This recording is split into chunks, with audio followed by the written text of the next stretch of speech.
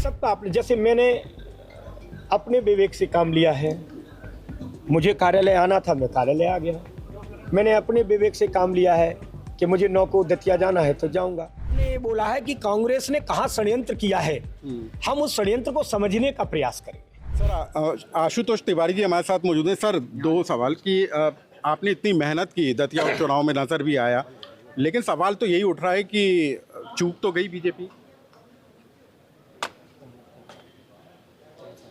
हमारी अपनी कोई अगर रिक्तताएं रही हैं तो वो कौन कौन सी रिक्तताएं रही हैं, इसे समिति ही संज्ञान में लेगी और समिति अपने संज्ञान में आए हुए विषयों को नेतृत्व को अवगत कराएगी।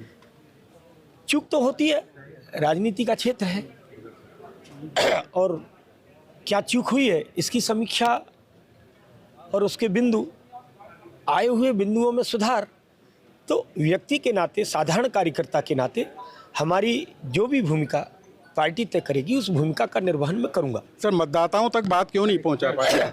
देखो, आपसे बात मेरी बहुत हो गई है, सुबह भी नहीं, मेरा निवेदन है प्लीज मुझे काम करने दीजिए आप लोग। मेरे लिए हमारा अपना पार्टी के कार्यकर्ता के नाते काम सर्वोपरि है, मैं उस काम के करने के लिए यहाँ आया हूँ। कार्यालय हमारे लिए मंदिर है। सर, लेकिन अब कैसे दतिया में आप एक्टिव होंगे, किस तरीके से सक्रिय होंगे, कैसे बताएंगे जनता को? अरे, साधारण कार्यकर्ता के नाते सबके बीच में रहूंगा, सुख दुख में रहूंगा, उनके मान सम्मान में वहीं खड़ा रहूंगा, उनके लिए जीऊंगा, उनके लिए अगर आवश्यक लगेगा तो जीवन की आखिरी सांस समर्पित कर दूंगा, कोई बात ही नहीं है। आपने बोला कि मतदाताओं तक हम अपनी बात पहुंचाने में फेल साबित हुए। सर, क्यों, ऐसा क्यों? मतदाता नहीं, आप क्या है, ये काल्पनिक सवाल कर रहे हैं। नहीं, मैं इस प्रकार के मतदाताओं तक हम अपनी बात नहीं, आपने काल्पनिक सवाल किया है। हमने नहीं बोला कि हम अपनी बात को पहुंचाने में असफल हैं। हमने ये बोला है कि कांग्रेस ने कहाँ षड्यंत्र किया है, हम उस षड्यंत्र को समझने का प्रयास करेंगे। देखिए, मैं मीडिया मित्रों से निवेदन कर रहा हूं, मैं कभी इस प्रकार के सवाल जवाबों में रहा नहीं। आप सब मेरे मित्र हैं, आप सब मेरे भाई हैं। काल्पनिक सवालों के जवाब और फिर उस आए हुए जवाब पर भी फिर काल्पनिक सवाल और फिर जवाब। नहीं सर, आप कह रहे हैं षड्यंत्र रचा गया, तो उस षड्यंत्र का हम क्यों कांग्रेस षड्यंत्र, हमारे आपके मित्र के रिश्ते हैं, भाई के रिश्ते हैं। कांग्रेस के षड्यंत्र को तोड़ा है, इसीलिए तो हिंदुस्तान के 80% हिस्से से गायब हो गई कांग्रेस।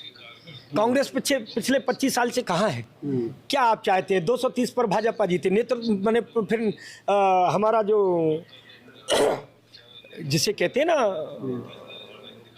प्रतिपक्ष कहेंगे, तो वो कहाँ जाएगा?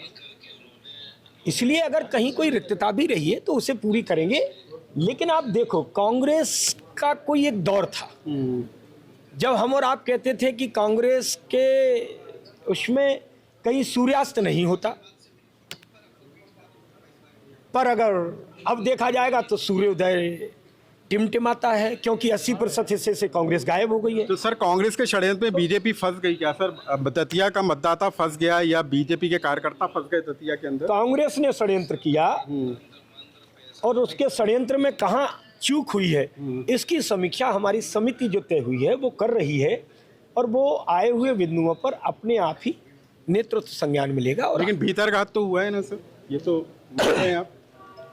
समीक्षा के ये सब बिंदु अपने आप ही रहते हैं। आए हुए बिंदुओं पर समीक्षा भी होगी और आगे भी। सर, समीक्षा से पहले 1000 लोगों को बाहर कर दिया, अभी और भी कुछ नंबर आ सकते हैं? ये दायित्व तो परिवर्तन केवल इस दृष्टि से देखना चाहिए, इससे ज्यादा कुछ नहीं।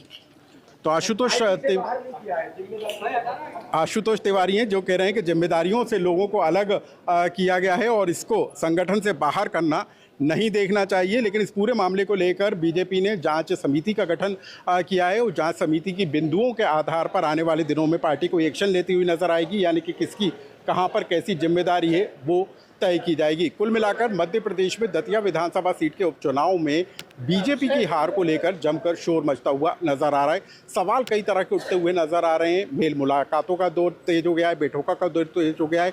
कहा यह जा रहा है कि मध्य प्रदेश बीजेपी इकाई ने दिल्ली को एक रिपोर्ट भी भेज दी है, जांच कमेटी का गठन किया गया है। तो क्या उस जांच कमेटी के आधार पर आने वाले दिनों में कोई बड़ा एक्शन नजर आएगा? लेकिन फिलहाल मध्य प्रदेश में दतिया उपचुनाव को लेकर, बीजेपी की हार को लेकर बैठकों और मुलाकातों का दौर तेज होता हुआ दिखाई दे रहा है।